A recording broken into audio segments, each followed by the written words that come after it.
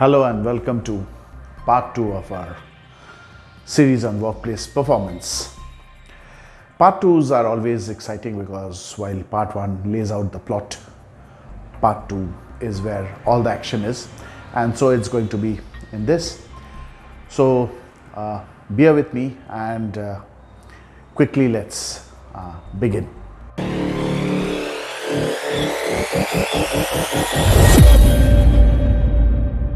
In this piece, our objective will be to look at managing and aligning performance rather than just the measuring piece, which I'm sure all of you would anyway be well aware of. Part 1, we talked about one of the easy ways of measuring, which is to look at your goal scores versus your count of goals or results achieved.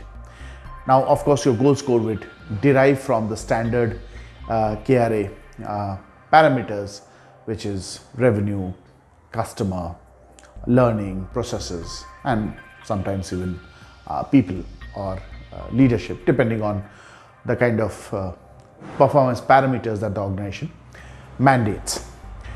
On the other hand, you could have the count of scores achieved within, of course, time frame to denote exactly how was the performance.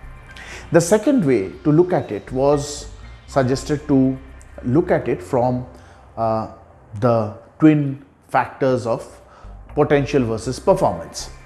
Potential basically could be three levels, and potential performance also could be 3 levels, and this could help basically place people in various kinds of performing list or sections for further interventions and mandates as per organizational standards.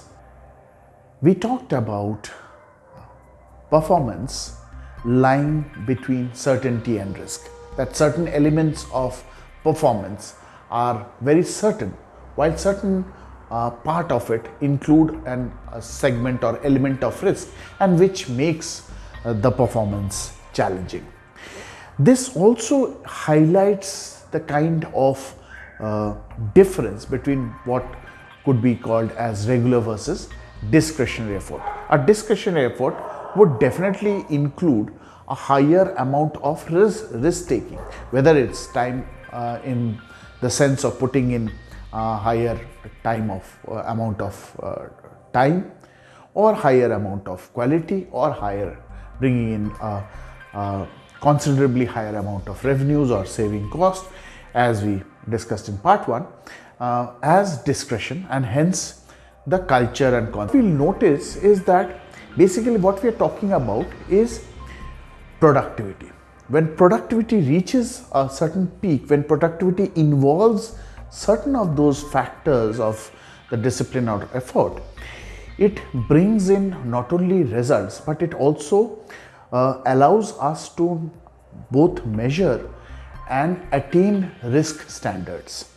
What could otherwise be risky and what could be achieved under the duress of certain amounts of risk and risk potential within the performance. So now when we are talking about productivity, when we are talking about performance, why are there two terms? And that is where the answer lies in understanding the core of measurement. Look, when we talk of performance, we are talking of a certain level of standard from where performance begins. So which means that before performance, there is a sense, of course, of busyness, but that busyness is not meaningful productivity. The point from where meaningful productivity begins becomes the standard or the benchmark from where your hiring standards begin, from where you start counting for as to what could be contributed towards meaningful performance and what could be considered as rewarding enough as a performer. Now, why is this so? Obviously, because you would have thresholds, just like an athlete who gets a special recognition when they not only win the Olympics or any kind of game, but when they break previous records, right? So similarly at the workplace also, the element of setting a benchmark, setting a record is neither new nor uncommon. And that is where we have to understand comes the beginning of performance and the need for measurement. So now that we have discussed both the need for measurement and the means to put it into a structure, let's look at some of the most standard structures which are commonly used at the workplace today. The BSC, or the Balanced Scorecard framework, is one of the most objective and most commonly used framework for measuring performance. So it would have a set of KRAs which would include financial, process, talent, and of course customer success. But what would drive these KRAs would be a set of KPIs or OKRs which come from the discipline of effort of the employee. And what are they? Commitment, capability, co-aspire, and cognition. These could also parallelly be mapped against an OKR framework for understanding result outcomes. OKRs can be classified into four ways. So the first is as a result, then as a measure, third as a task, and fourth as a goal. So before we jump into this, let me just brief you a bit about OKRs. So OKRs could be set just like your KRAs into the organization level, then at the departmental level, and then at the individual level. Organization level OKRs are typical annual. They are much broad-based. Departmental level are more specific to the set of competencies and the goals set in by the departments, in line with, of course, the strategic objectives. And then comes the individual results that we are expecting from each team member, and also at times complete as a team. So some of the thumb rules of designing an OKR include that the OKR should be a phrase, and the shorter and yet meaningful, the better. It should definitely include a measure, and again, the more specific, the better. And the third is that it should include a doing word or a verb, because the emphasis is on making it smart. So let me show you 4 examples here. A result could be in the form of saying that we need to hire a head of business by the 15th of this month. For measure, which should definitely include some percentage or some kind of a cost or a number, like in this example, to reduce marketing cost by 22%. Note, there is both the verb and there's also a metric mentioned in this, because it's a measure OKR. The third is a task OKR, and task OKR could be like, say for example, complete all the testings in the systems as might be required. And the fourth could be a goal OKR. So say for example, you want to increase the use of flexi timing policy within employees, and hence it would be a staggered goal, or a goal which could be attainable at 80% at the end of the year, but on a quarter basis or on an OKR period basis, it could be set into weeks and quarters. Individual OKRs should not be more than 4 to 6 weeks, because the more granular they are, the more easier it is to basically not only measure success, but also find out what are the causes of lowered performance, of lowered engagement, and what are the causes of disruption in productivity. As you would notice, it is absolutely possible to align your key result areas with your key performance indicators and hence with your results, key results, in a straight line method to see how all of them are aligning back to the core objectives and the strategic intent of the organization. That could help us gain a lot of insights to exactly where strategies also are going wrong, or where strategies have not been well thought out. That brings us to the understanding of how do we manage performance at the workplace, because as we know, not every employee is going to be perfect, and there are going to be upsets, there are going to be productivity issues. So how do we manage that? So how do we bring about a difference in the productivity levels and hence improve the culture of performance for the organization?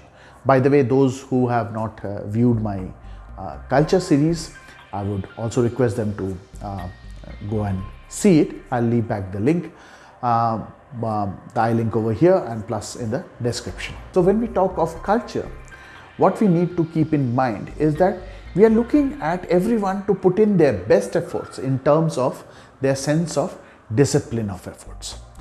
What are discipline of efforts? They are basically where, irrespective of the outcome, at least you do not shy away from being disciplined as far as your commitment, your capability, your co-aspirations and your cognition is concerned. This helps us to realize the full potential, subject to, of course, external factors. And in most cases, what it does is that it ensures at least a 90 to 95% improvement in productivity for the organization as a whole. We have to keep in mind that people do have limitations in terms of skills, in terms of cognition. So those are also transferable skills, which means they can be trained or they can be improved upon within the individual. What cannot be improved upon? Let's see that.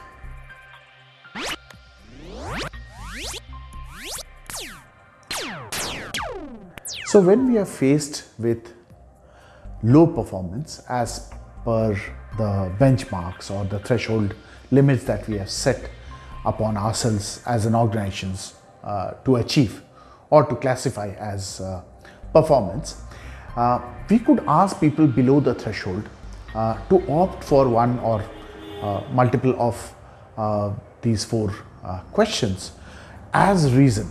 So here comes the element of a performance management system rather than a performance appraisal system.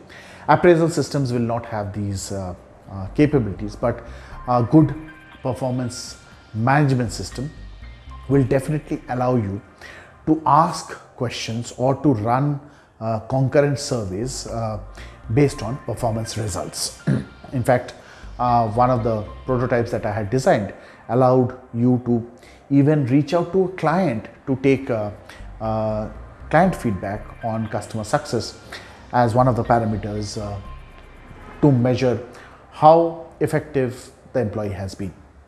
Now, if we ask them and they denote one of these following points, which could be related to motivated by saying that I do not think the task was justified in the first place, which means that there's an issue of commitment and it could be a relationship or a supervisory issue.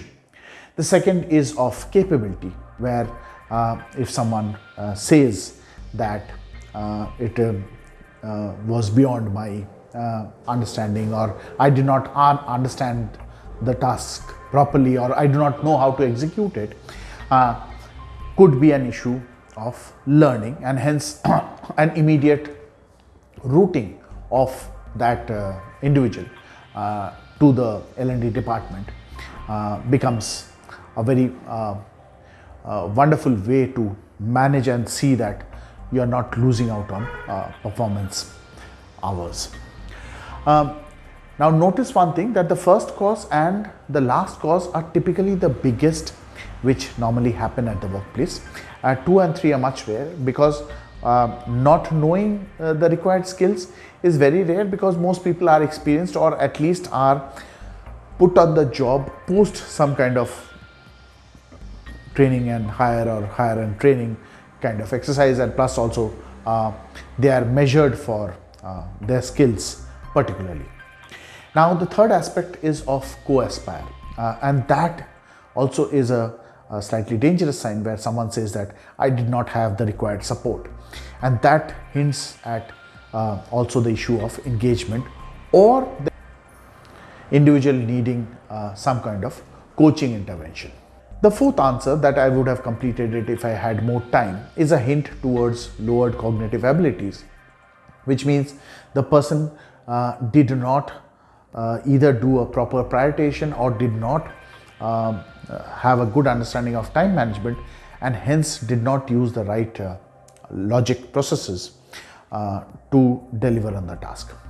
Now this also could be of course trained and improved through training and learning interventions. So as you can see that when you use a performance management approach, what you're doing is you're not only finding out the areas of gaps which could help you in improve them, these could also become your parameters to understand exactly who is truly a performer, right?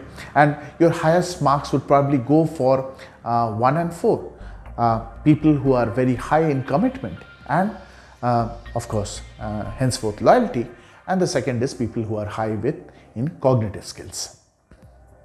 Now that we have understood these 2 points, and as I said, point number 1, which is of commitment, comes due to lack of motivation or an issue with their supervisor, we shall dwell upon this a bit more to basically understand how to improve upon this, because this also stands as the number 1 cause of lowered performance.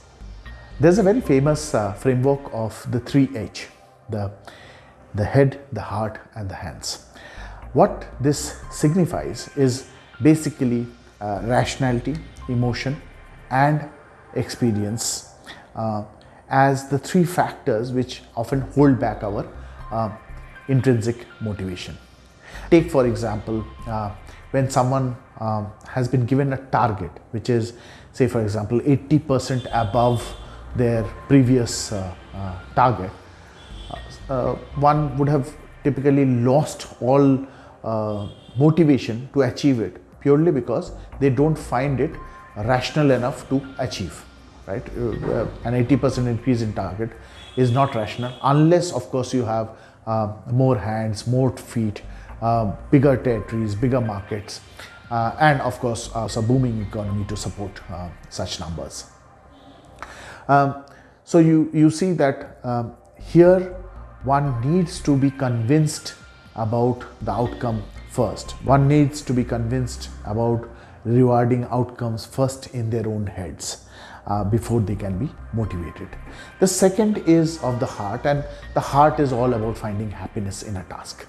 Now, if we do not feel that we are really being happy, we are contributing to a greater cause, we may not be very motivated to basically put in our best. So which means people who are staggering behind because of lack of emotional support in their intrinsic motivation need to find things more rewarding in terms of giving them higher kind of happiness and being also appreciated for their contribution. Now the third piece is of course of the hands, which means that tasks which we feel are beyond our capability, tasks which we feel we have never experienced and hence could be difficult, we shy away from it right away. It's like the case of someone now telling me to study nuclear physics. So we can see that this shyness can also be overcome if they can be explained what are the greater benefits of learning and how exemplary case studies could help them to move their fears away and hence feel much more committed to the goal or committed to the task that they have been assigned. Now that we talked about the head, the heart and the hands, let me take this whole idea one step further. If we look at our lives, it's almost like on the happiness treadmill. As in a treadmill, we believe we are progressing while we are actually standing at the same point. Especially for this current generation, finding safe options, finding shorter, quicker results, and hence avoiding pains is always one of the core objectives. People do not want to watch long videos because they feel that long videos are too boring and jarring, without realizing that anyone till date at least needs to complete 16 years of schooling to consider them to be the basic levels of education.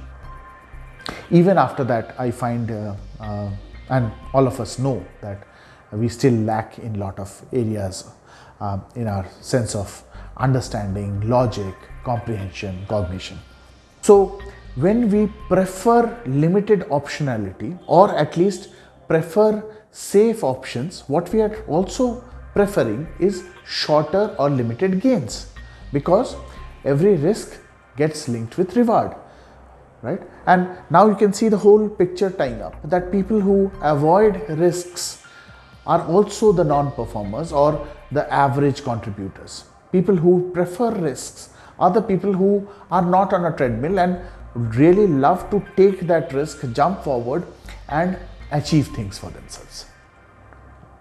And therein lies the role of motivation in performance. The fact that we refuse to see the benefits of factors like curiosity and passion to build agility and stability within us is quite telling of the times.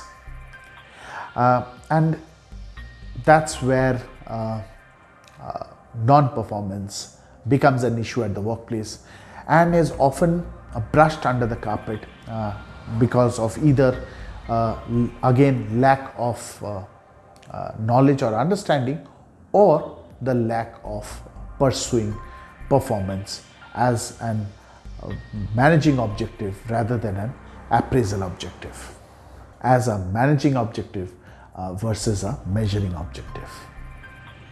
So notice this graph and tell me, at the point of intersections, what particular thing do you notice? I'd be keen for your comments about any new and bright ideas you have, that exactly what is happening at this point of intersections and what is happening to the gains and the levels of pains over there. Can you relate to it in your personal life?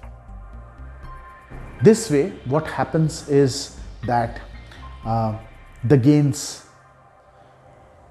become lower while the pains also become lower. I have spoken about this in one of my earlier videos, I think on engagement, where I have talked about this, that if you look at private organizations do not believe in the concept of punishment. They only believe in the concept of rewards. And government organizations or public organizations believe only in the concept of punishments and not in the concept of rewards.